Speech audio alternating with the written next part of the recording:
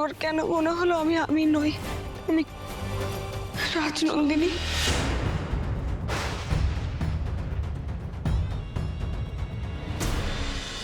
কি হয়েছে? কি হয়েছে? পরে কথা বলছি, তুমি দরজাটা খোলো।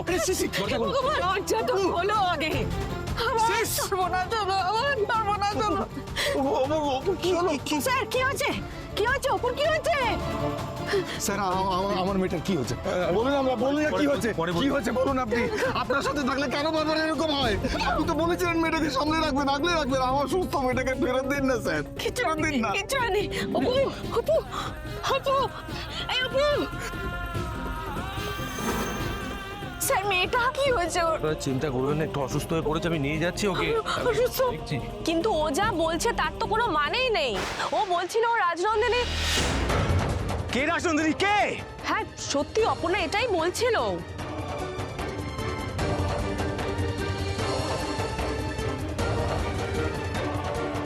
স্যার, স্যার, স্যার, কোথায় নিয়ে যাচ্ছেন আমার মেয়েটাকে? স্যার, স্যার, আমার মেয়েটাকে কোথায় নিয়ে যাচ্ছেন? স্যার, স্যার, সতীনাথ বাবু, আপনি শান্ত হন। আর্য অপর্ণাকে ডাক্তারের কাছে নিয়ে যাচ্ছে। আমি কি করে শান্ত থাকবো বলুন তো ম্যাডাম? কি করে শান্ত থাকবো? আমার মেয়েটার এই অবস্থা। আর্য অপর্ণাকে নিয়ে যেখানে যাবে আমাকেও যেতে হবে।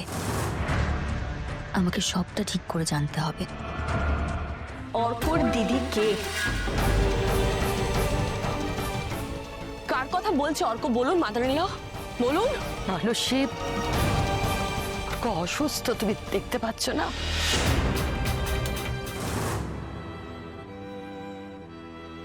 ডক্টর, কিছু বুঝলেন? Anything serious? তেমন কোনো ক্লিনিক্যাল প্রবলেম আমি দেখলাম না। স্যালাইন দিয়ে দিয়েছি। ডিহাইড্রেশন থেকে অনেক সময় সোডিয়াম পটাশিয়াম ইমব্যালেন্স হয়। ডাক্তারি ভাষায় যাকে আমরা ইলেকট্রোলাইট ইমব্যালেন্স বলি। ডিহাইড্রেশনের থেকে কি এটা হয়েছে? হতেই পারে, অনেক সময় এর সিমটম দেখতে স্ট্রোকের মতন লাগে।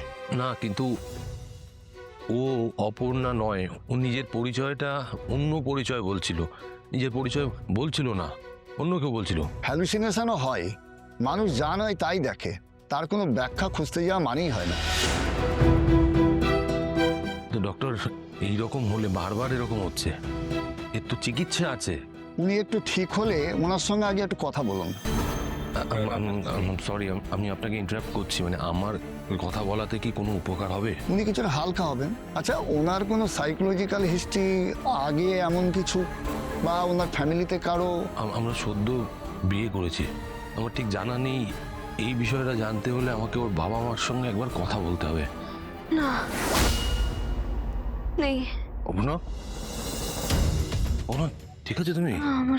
আমার ফ্যামিলিতে কারণ নেই, কোনোদিন ছিল না। আচ্ছা ঠিক আছে, এখন এসব কথা কেন? তুমি ঠিক আছো? শরীর ভালো লাগছে?